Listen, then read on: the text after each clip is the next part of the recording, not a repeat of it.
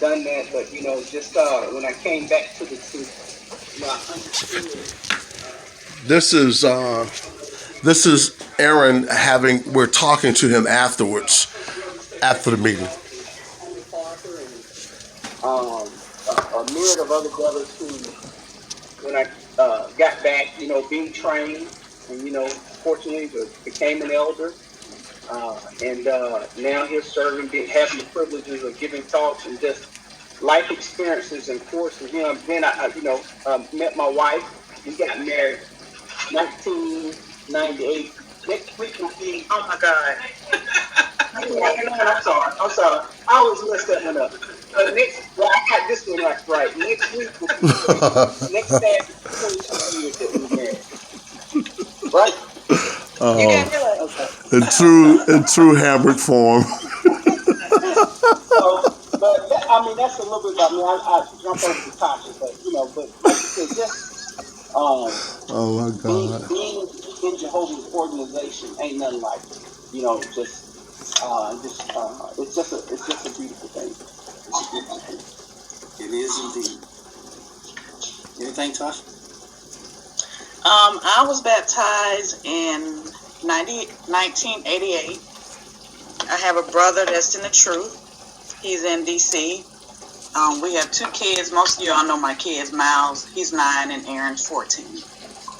And that's all I have. Hello. So have you haven't always been in Edgewood congregation, right?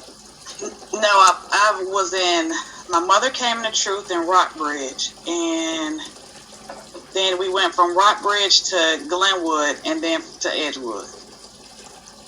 So we've been over there for 3 years. Yeah. But yeah. So we met, she was hounding me. But it was the other way. But we met Boo. at Glenwood. That was so funny. And like I said, it went from there. I kind of chased her around. And then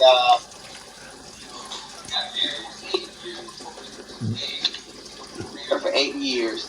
And then we had children. And then, Oh my God. And here we are, 14 and 9 years later, just trying to do like other parents, raise your kids in the truth, to help them to appreciate and serve Jehovah. Absolutely. So, any of your friends have any expressions you want to share with Brother and Sister Hambrick or anything? Yes, I have tons of questions. Okay, Brother. We ain't going to take any questions. This is for the friends. Oh, okay, well, I'll be quiet here. We got him. Any other friends? Brother Clemens name. You're muted, Brother Clemens. Brother Hambrick, Yes, sir. Brother Clemens, my wife Wanda. I remember when you were knee-high to a duck over in Mercer Road, you and Thomas. Yeah. And I just you gave an excellent talk, and I'm proud to know you, my brother, to see you grown like you have. We really enjoyed your talk. Thank you, brother. You have a beautiful family. Thank you. All right, how about the McKenzie family? Hey, Brother Hambrick, good to see you. Welcome back. I remember the demonstration you did on safety. My boys still remember that. You did a great job. My question to you is, as a brother, I myself strayed away too and came back. Fortunately, she helped me come back. We got baptized together. But for my young brothers here, what advice can you give them about being in the same situation, growing up, getting into your teenage years, and there's so much opportunity in the world? And what advice can you give them as far as your experience and why you came back? What helped you realize that it was the right decision to make? It's when I think about that train, you know, fortunately, you know, I was raised in the truth, and that scripture where it says that training doesn't go aside. You know, I think like what Mackenzie and our daughters and our children are faced with today, the challenges they don't have. We didn't face some of the things that they face, like the electronics and all those things like that. But one thing to keep in mind, our young brothers, that we're not going to be perfect.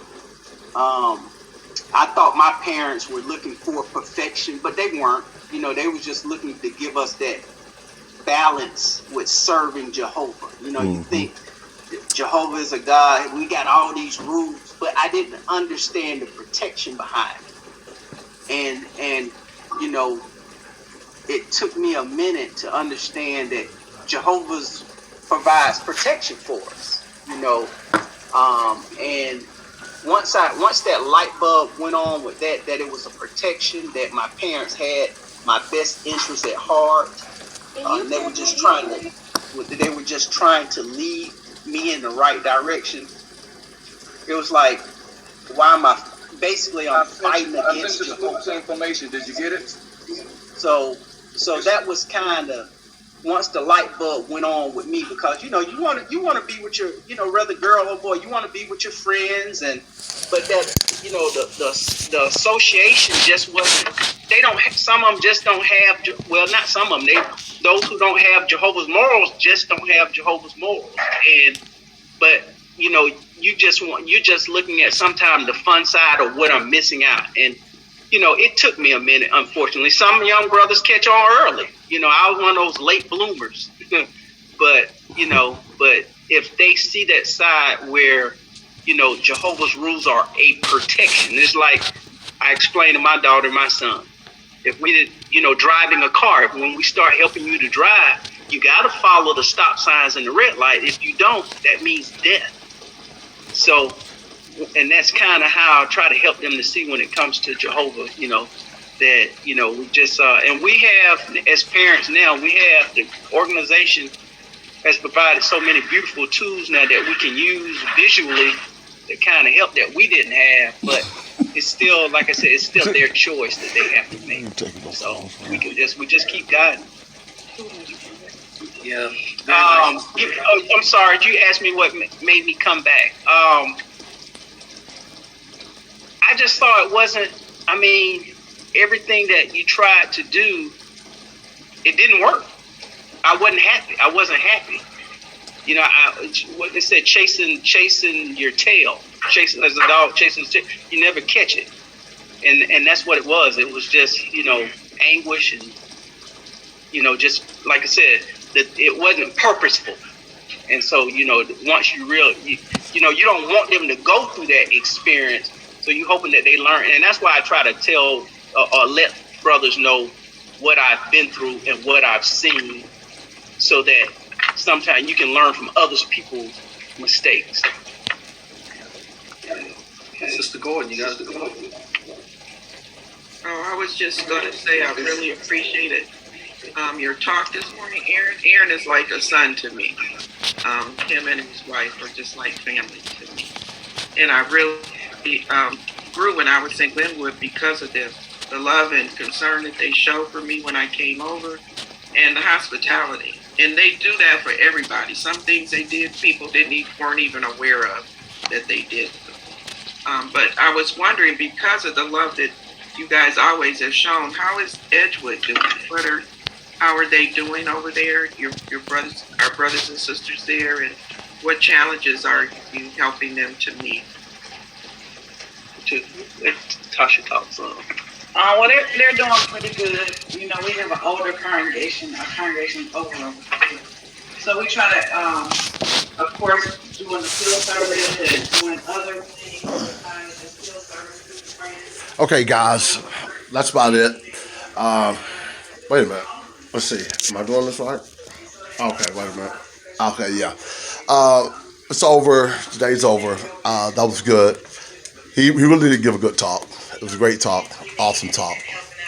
But I'm not going to tell him that he did an awesome job. I'm just going to tell him that he did a good job. It was actually awesome. Out. I